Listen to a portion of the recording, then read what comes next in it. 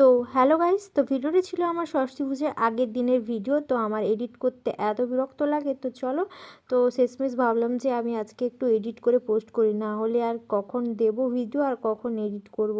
তো এই যে তোমাদেরকে ভুলভাল কথা না বলে তোমাদেরকে আগে দেখাই যে জিনিসগুলো, যে অনলাইন থেকে আমি কী কী কিনেছি। আমি নয়, এটা আমার বান্ধবীর শাড়ি।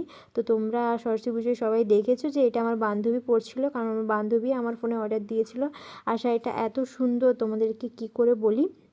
আমার বান্ধবী পরার পরে বাকি 3-4 জনের এত পছন্দ হয়েছে শাড়িটা, তো ওরা বলছে যে আমাদেরকে কিনেই দিতে হবে।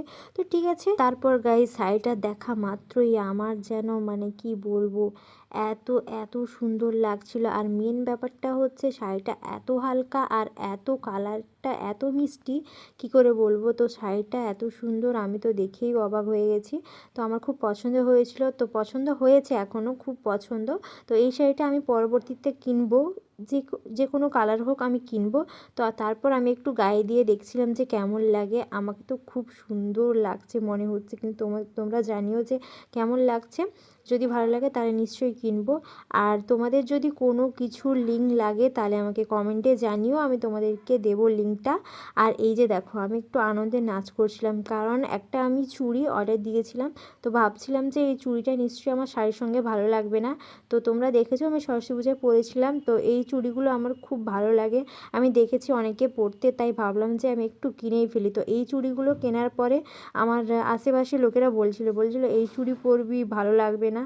তো শেষমেশ আমিও মনে করি যেটা আমার ভালো, সেটা মনে হয় যে ভালো লাগবেই। তো এই যে শেষমেশ আমি বের করলাম, তোমাদেরকে দেখালাম। কিন্তু এতে এত সুন্দর, চুড়িগুলো খুব সুন্দর, পরতেও খুব ভালো লাগছিল। আর এই চুড়িগুলো আমার শাড়ির সঙ্গে পুরো ম্যাচ হয়ে গেছে, তো তার জন্য আমি পরেছি, তোমরা ফটোতে দেখেছো। তো এই যে চুড়িগুলো আমি একটু পরে দেখাই তোমাদেরকে। দেখো চুড়িগুলো আমি ভাবছিলাম যে অনেক বড় হয়ে যাবে আর অনেক ছোটও হয়ে যাবে, কিন্তু দেখলাম যে একটুও ছোট হয়নি আর একটুও বড় হয়নি, মিডিয়াম হয়েছে। তো ও তো ওর শাড়ি নিয়ে পুরো পাগল হয়ে যাচ্ছে। আমি বলছি বাহ, খুব সুন্দর লাগছে, তুই এবার রেখে দে, না হলে লোকের নজর পড়ে যাবে। এমনিতেও তো বাকি 3-4 জনের নজর পড়েই গেছে যে শাড়িটা কিনে দেওয়ার জন্য। তো চলো, আমি পুরো এক গোছা চুড়ি কিনেছি, দেখতে পাচ্ছ। আর এক গোছা চুড়িগুলো আমি এক্ষুনি পরে তোমাদেরকে দেখাচ্ছি যে কেমন লাগে।